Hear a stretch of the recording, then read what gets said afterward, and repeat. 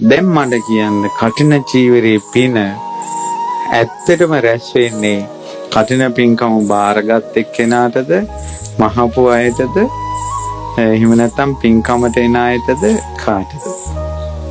හරියටම පින එන්නේ කාටද? සියල්ල දන්නා වූ දක්නා වූ ලෞතර තථාගත බුදුරජාණන් වහන්සේ වදාලා මේ පින්කමේ පින 3 දිනකට ගන්න පුළුවන්.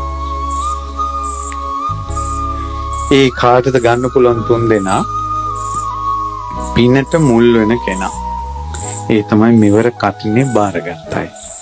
හරි පළවෙනි කට්ටිය.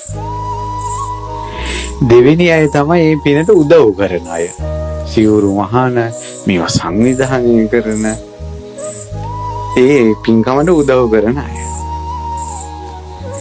තුන්වෙනි පිරිස තමයි මේ පින්කම කරද්දී හිතේ කිසිම කහටක් නැතුව සාදු කියලා අනුමෝදන් වෙන අය.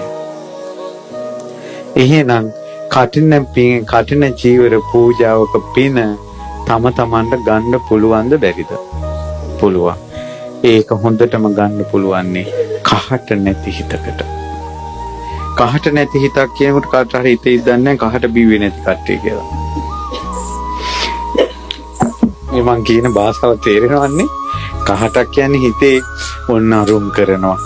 ඔන්න මේ පාර එංගලන්ත කට්ටිය. ඔව්. ඉතින් එයාලා කරගත්තා වෙයි. ඔය මහලොකුට කරන්නේ. ඔය කහට. තද කහට.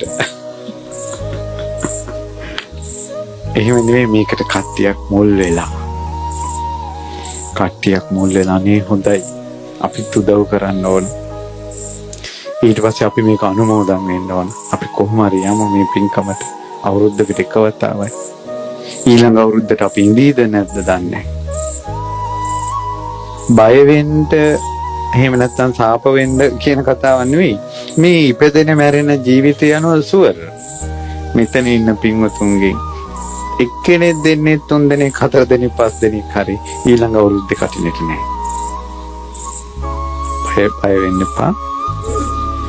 ඉපදෙමින් මැරෙමින් යන සංසාරේ මේ ජීවිතේට කවුරුවත් අපයක් අරගෙන නැහැ. නහිනෝ සංගරන්තේන මාරසේනේන මච්චුඩා. කවුද මාරයත් එක්ක ගිවිසුම් ගහලා තියෙන්නේ? මෙච්චර කාලයක් ඉන්න ඕන කියලා. ඒ නිසා තනාගතේන පිනිබින්දුවක් වගේ මේ ජීවිතේ කොයි වෙලාවෙ වාස්ප වෙලා ඉඳන්නේ. ඉදුණු ගෙඩියක් වගේ කොයි වෙලාවෙ වැටෙයිද දන්නේ. ඔයාලා දන්නවද? අපි උපතිනුත් එක්ක යන් ආවිසක් අරන් එනවා. වාජනීක තියෙන නූල් ගොඩක් වගේ. දවස ගත කරනවා කියන්නේ මේ නූලෙන් අපි ලණුවක් ගොතනවා වගේ. මේ ලණුව ගොතන්න පුළුවන් වෙන්නේ මේ වාජනී නූල් තියෙන කල් විතරයි. මේ වාජනේ නූල් නැතුව මේ කඹේ කවදාවත් ආයෙ ඉදිරියට ගෙනියන්න බෑ. කවුද දන්නේ මේ නූල් ටික අද රැට ඉවර වේද කියලා? හෙට වෙනකොට ඉවර වේද කියලා? ඊළඟ සතිය ඊළඟ මාසෙ ඊළඟ අවුරුද්දේ. ඉතින් ඒ නිසා ඒ කරන කටිනේ හොඳට අනුමෝදන් වෙන්න සතුටින්. පැහැදිලිද?